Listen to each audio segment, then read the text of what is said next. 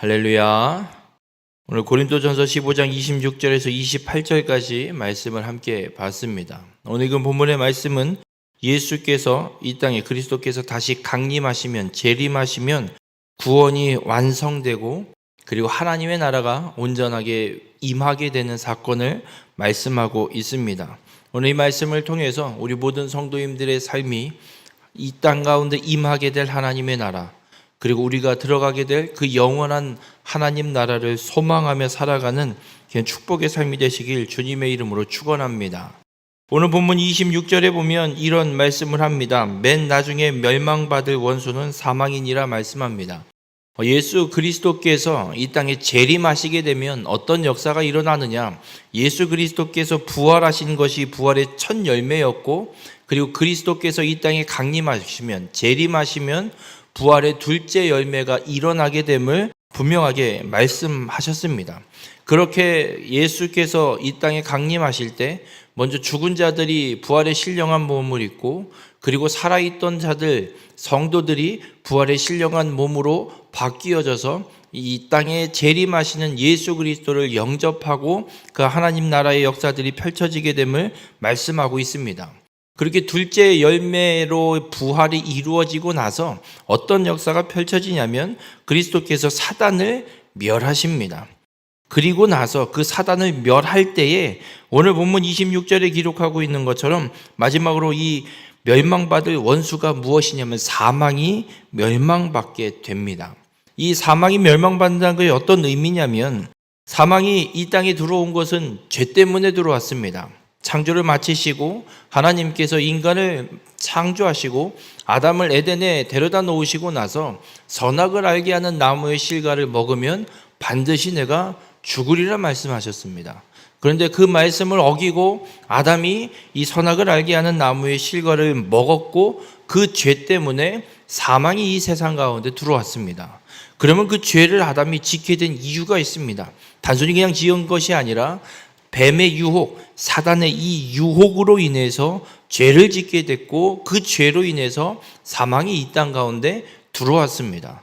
그래서 이 사망은 사단으로부터, 마귀로부터 이 사망이 이 세상에 온 것임을 우리는 이 말씀을 통해 분명히 깨닫게 됩니다. 그래서 예수 그리스도께서 이 땅에 강림하실 때에 사단의 권세, 사단을 완전히 멸하시고 그와 동시에 우리가 죄로 인해 사망에 이르게 된 이 사망 또한 멸하게 되심을 오늘 말씀하고 있습니다. 이 역사가 어떻게 해서 이루어지는 것이냐면 히브리서 2장 14절과 15절에 이렇게 말씀합니다. 자녀들은 혈과 육에 속하였음에 그도 또한 같은 모양으로 혈과 육을 함께 지니심은 죽음을 통하여 죽음의 세력을 잡은 자 곧 마귀를 멸하시며 또 죽기를 무서워함으로 한평생 매여 종노릇하는 모든 자들을 놓아주려 하심이니 말씀합니다. 하나님의 본체이신 성자 하나님이신 예수께서 우리와 동일한 육신을 입고 이 땅에 오셔서 죽으심으로 죄의 문제를 해결하시고 그리고 죽음의 세력을 잡은 자 마귀를 멸하셨습니다. 이것으로 끝나는 것이 아니라 죄로 인해 사망에 이르러서 우리가 죽음을 두려워하는 존재로 살아가고 있는데 이 죽기가 무서워서 두려워서 한평생 죄의 종노릇하는 사단의 종노릇하는 우리 모든 자들을 예수께서 십자가의 죽으심으로 해방시켜서 사망의 종이 아닌 하나님의 자녀로 살아가게 하는 자유, 해방을 얻게 하셨음을 분명하게 말씀하고 있습니다. 여러분, 오늘 예수께서 이 땅에 재림하실 때 사단의 권세를 멸하고 사망을 멸하시는 건 이미 예수님께서 십자가의 죽으심으로 이루어 놓으신 일입니다. 이미 보장된 일입니다. 다만 예수 그리스도께서 이 땅에 재림하시는 그날 완성되는 것뿐입니다. 우리가 이 땅에서 믿음의 삶을 살아갈 때 분명히 기억해야 될 건 이미 이루어 놓으신 예수 그리스도께서 이루어 놓으신 이 구원을 믿고 예수 그리스도께서 재림하실 때 완성될 그 나라를, 이 사건을 믿고 기대하고 살아가는 겁니다. 이 세상의 삶이 고달플 수도 있고 죽음의 위협이 우리를 계속해서 미혹하고 넘어뜨리려고 할지라도 예수 그리스도께서 십자가에서 이루어 놓으신 이 놀라운 구원의 역사가 이루어졌음을 믿고 그리스도께서 반드시 다시 오셔서 그 나라를 완성하실 것을 믿고 살아가는 것, 이것이 우리가 살아가야 될 삶임을 잊지 마시길 바랍니다. 그리고 27절에 이런 말씀을 합니다. 만물을 그의 발 아래에 두셨다 하셨으니, 만물을 아래에 둔다 말씀하실 때에 만물을 그의 아래에 두신 이가 그 중에 들지 아니한 것이 분명하도다. 말이 반복되면서 좀 헷갈립니다. 여러분, 만물을 그의 발 아래에 두셨다라는 말은 어떤 의미냐면, 나라와 나라의 전쟁 가운데 어떤 나라가 다른 나라를 정복하게 되면 어떤 일을 하냐면, 어떤 모습을 보이냐면, 이 정복해서 승리한 나라의 왕이 정복한 나라에 가서 그 나라의 왕이 앉아있던 그 보좌에 가서 앉고 그 패배한 왕을 승리한 왕의 발 앞에 엎드리게 하고 그 보좌 위에 앉아서 이긴 왕이 패배한 왕의 몸 위에 발을 얹어 놓습니다. 그래서 너희는 내게 진 나라, 너희는 이제 내게 종속된, 내가 다스리는 나의 식민지야 라는 것을 어떤 하나의 퍼포먼스로 이렇게 보여주는 형태로 의식으로 행하는 일이 있었습니다. 그 말씀을 하고 있습니다. 하나님께서, 예수께서 이 땅에 다시 재림하시면 만물을 그의 발 아래에 두셨다 하셨으니, 예수 그리스도가 이 모든 만물을 다스리는 존재, 이 모든 만물, 사단도 멸하고 사망도 멸하셨기 때문에 더 이상 누구도 하나님 앞에 대항할 수 없는, 그 대항하는 존재들이 다 사라져버리는, 그래서 하나님의 이 땅의 모든 것들, 모든 만물을 예수 그리스도께서 다스리게 될 것을 말씀하고 있습니다.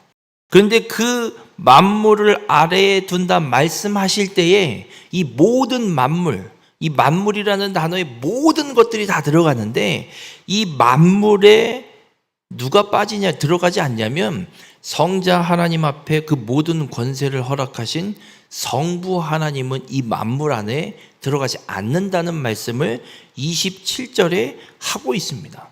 왜냐하면 성부 하나님은 창조주 하나님이십니다. 그래서 이 성자 하나님도 이 땅의 모든 사단의 권세들을 다 멸하시고 그 구원을 다 완성해 놓고 하나님 앞에 복종하는 나라로 완전히 회복시킨 이 나라를, 이 세상을 성부 하나님께 돌려드리고, 자신도 그 성부 하나님을 자신의 권세 아래 두는 것이 아니라 삼위 하나님으로서 그 성부 하나님께 모든 역사가 이루어진 것을 온전히 돌려드리는 사건이 일어나게 됨을 오늘 27절과 28절에 말씀하고 있습니다. 우리 모든 성도님들, 예수 그리스도께서 이 땅에 그렇게 재림하시면 만물을 다스리는 만왕의 왕으로 이 땅에 오시게 될 거고, 그 모든 원수들이 멸망하게 됩니다. 그래서 어떤 일이 일어나냐면 28절에 만물을 그에게 복종하게 하실 때, 그러니까 만물이 그 발 아래에 두게 되는 것, 예수 그리스도께서 이 땅의 모든 만물을 다스리는 존재로, 통치자로 이 땅에 오셨을 때 모든 만물이 복종하게 됩니다. 왜냐하면 사단과 사망이 멸하였습니다. 멸망당했습니다.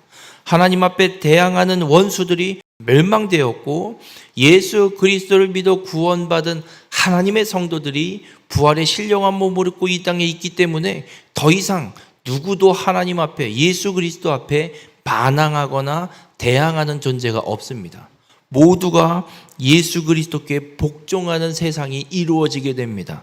그것이 어떤 시대냐? 하나님이 이 땅을 창조하셨을 때 창세기 1장과 2장의 상태가 회복되는, 하나님의 나라가 온전히 회복되는 새하늘과 새 땅이 이 땅 가운데 온전히 이루어지게 되는 역사가 펼쳐질 것을 우리에게 말씀하고 있습니다.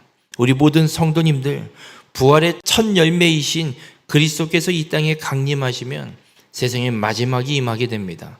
그와 동시에 하나님의 나라가 완성됨을 믿으시길 주님의 이름으로 간절히 부탁을 드립니다.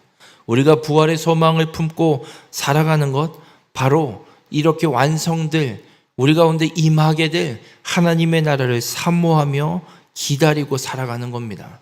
우리 모든 성도님들, 이 땅에서의 삶이 아무리 고달프고 힘들고 역경 가운데, 고난 가운데 있을지라도 예수 그리스도께서 이 땅에 임하실 때에 완성될 하나님의 나라, 그 하나님의 나라가 온전히 이루어지고 회복될 때까지 이 부활의 소망을 품고 믿음으로 견뎌내시고 하나님 나라에 들어가는 귀한 축복의 삶이 되시길 바랍니다. 우리가 바라볼 나라는 이 나라밖에 없습니다. 세상이 아닌 완성될 하나님의 나라를 온전히 소망하며 살아가는 우리 모든 성도님들이 되시기를 주님의 이름으로 축원합니다.